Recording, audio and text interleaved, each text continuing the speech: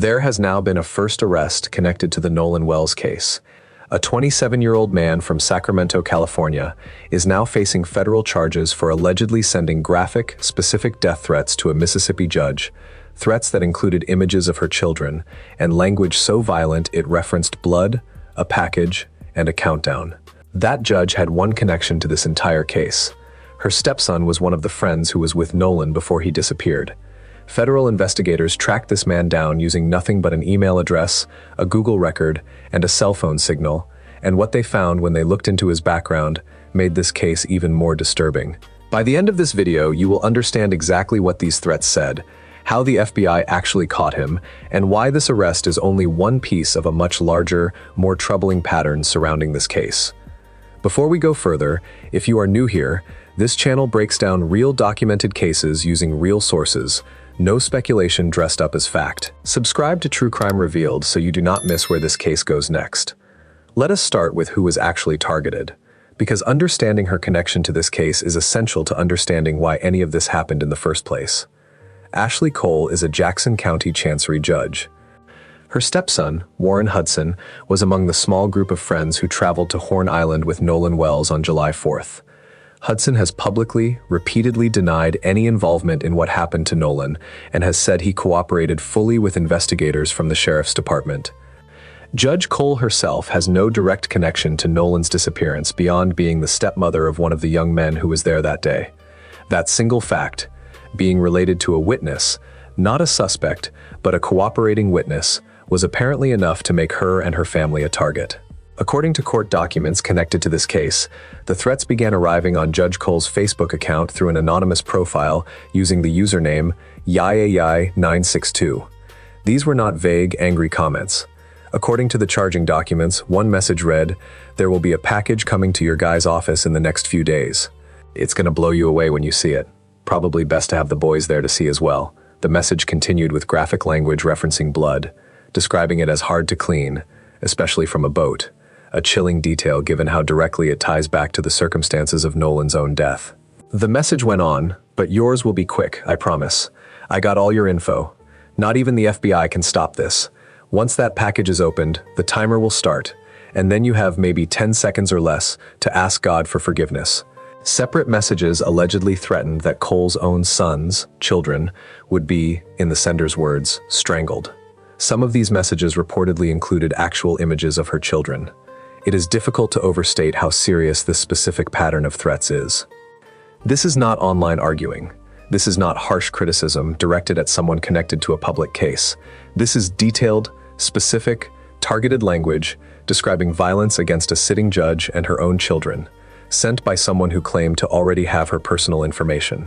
Judge Cole responded publicly at the time by deactivating her Facebook account, stating directly that she and her husband have 6 children, and that they, in her words, covet their privacy, adding that they did not believe it was appropriate for their minor children's photographs to be circulating online, given the potential threats to their safety. Even while dealing with this, Cole took a moment to express something that deserves real recognition: direct sympathy for Nolan's own family.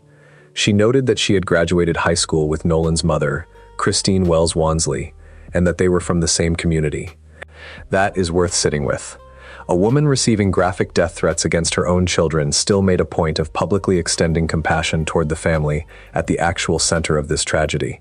Now let us walk through how federal investigators actually identified the person behind these threats, because the process itself is worth understanding, both for how methodical it was and for what it tells us about how these kinds of cases typically get solved. According to court documents, investigators began by tracing the email address associated with the Facebook account used to send these threats. From there, they used Google records connected to that email to identify a physical address in Sacramento, California. Investigators then cross-referenced that address with cell phone information, ultimately confirming the individual's actual location. Separately, other reporting indicates the FBI's Safe Streets Task Force played a central role in this process, tracing the online activity connected to the username YAY962 back to a specific email address and personal information that ultimately confirmed the sender's identity. This sequence matters because it illustrates something important about anonymous online threats generally. Using a fake username does not actually make someone anonymous in any meaningful legal sense. Every account is tied to real infrastructure somewhere: an email address, a device, an internet connection, and federal investigators with the right legal authority and technical tools can, and in this case clearly did, trace that infrastructure back to an actual person, at an actual address, using an actual phone. For anyone assuming that threats sent through an anonymous account are somehow untraceable, this case stands as a direct, documented example of exactly how wrong that assumption is. The man identified through this process is Joseph Alfredo Vasquez Dumarce, 27 years old, from Sacramento. He has been charged with interstate transmission of a threatening communication, a federal offense that carries a maximum sentence of 5 years in prison, along with a fine of up to $250,000 and up to 3 years of supervised release following any prison time served. This charge reflects the fact that these threats cross state lines, from Dumarce in California to Judge Cole in Mississippi, which is precisely the kind of interstate conduct that gives federal authorities jurisdiction in a case like this, separate entirely from anything happening at the state or local level connected to Nolan's actual death investigation. There is another detail here that deserves to be addressed directly and carefully, because it adds real weight to why authorities are treating Dumarce's alleged conduct so seriously. According to public sex offender registry records, Dumarce has a prior criminal history in California connected to an incident involving a minor. He was previously convicted of offenses related to inappropriate conduct toward a young girl and of sending harmful material with intent to seduce a minor. He was released from prison in 2023 and, according to registry records, has been listed as transient in the Sacramento area since then. This information is part of the public record specifically because sex offender registries exist to make this kind of history publicly available, and it is directly relevant here because it speaks to the pattern and credibility risk authorities would reasonably weigh when evaluating how seriously to take threats coming from this specific individual. It is important to be clear about what this prior history does and does not tell us. It does not mean Dumarce would have acted on the specific threats made against Judge Cole and her family. But it does mean that when federal investigators evaluate messages describing detailed violence against a judge's children, sent by someone with an existing history of documented harm toward a minor, that combination reasonably increases the perceived seriousness of the threat, and likely helps explain the urgency with which this specific case was pursued and resolved with an arrest. Now, it is worth being clear about something else entirely, because this case does not exist in isolation. According to Warren Hudson's own father, Dr. Benjamin Hudson, Judge Cole's family has received what he described as thousands of threats since Nolan Wells disappeared. Dumarce is not the only person being investigated in connection with threats made against Cole and her family. Authorities have indicated there are multiple individuals under scrutiny for this exact kind of conduct, meaning this arrest, as significant as it is, represents the resolution of just one thread within what has become a much larger, ongoing pattern of harassment directed at people connected to this case. This connects directly to something we have covered in earlier updates on this story. Nolan's own friend, Treston Shepard, has spoken publicly about threats he and others have received. The family of former teammate Bart Edmiston Jr. has taken legal action against online content creators they say spread false accusations, leading directly to a credible death threat against him.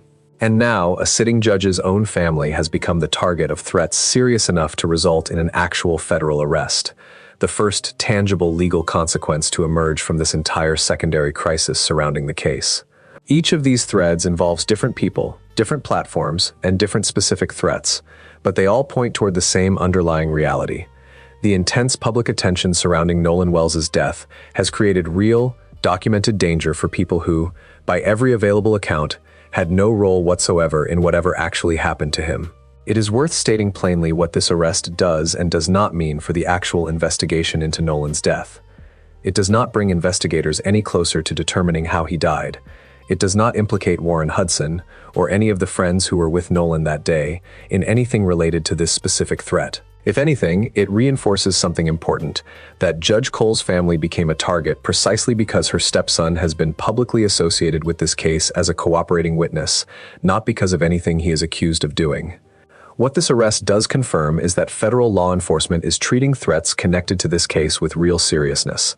that these threats are traceable even when senders believe themselves anonymous, and that at least one individual now faces genuine federal prison time as a direct consequence of targeting a family connected, however peripherally, to Nolan Wells' story.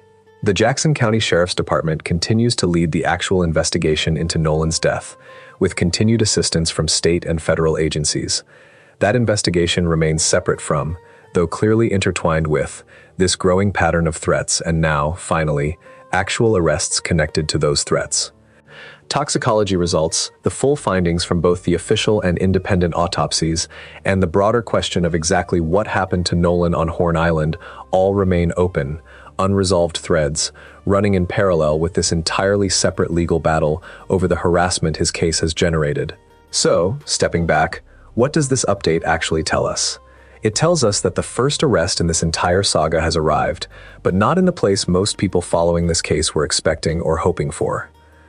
It tells us that a sitting judge, connected to this case only through her stepson's presence as a cooperating witness, became the target of some of the most graphic, specific threats documented in this entire story, including direct threats against her own children.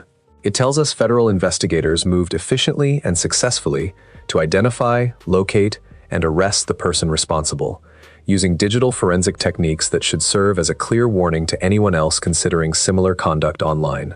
And it tells us this arrest is only one piece of a far larger pattern: thousands of threats, multiple individuals still under investigation, and a case that has, in a very real sense, generated two separate crises running simultaneously, one focused on what actually happened to Nolan Wells, and another focused entirely on the very real harm being done to the people connected to his story.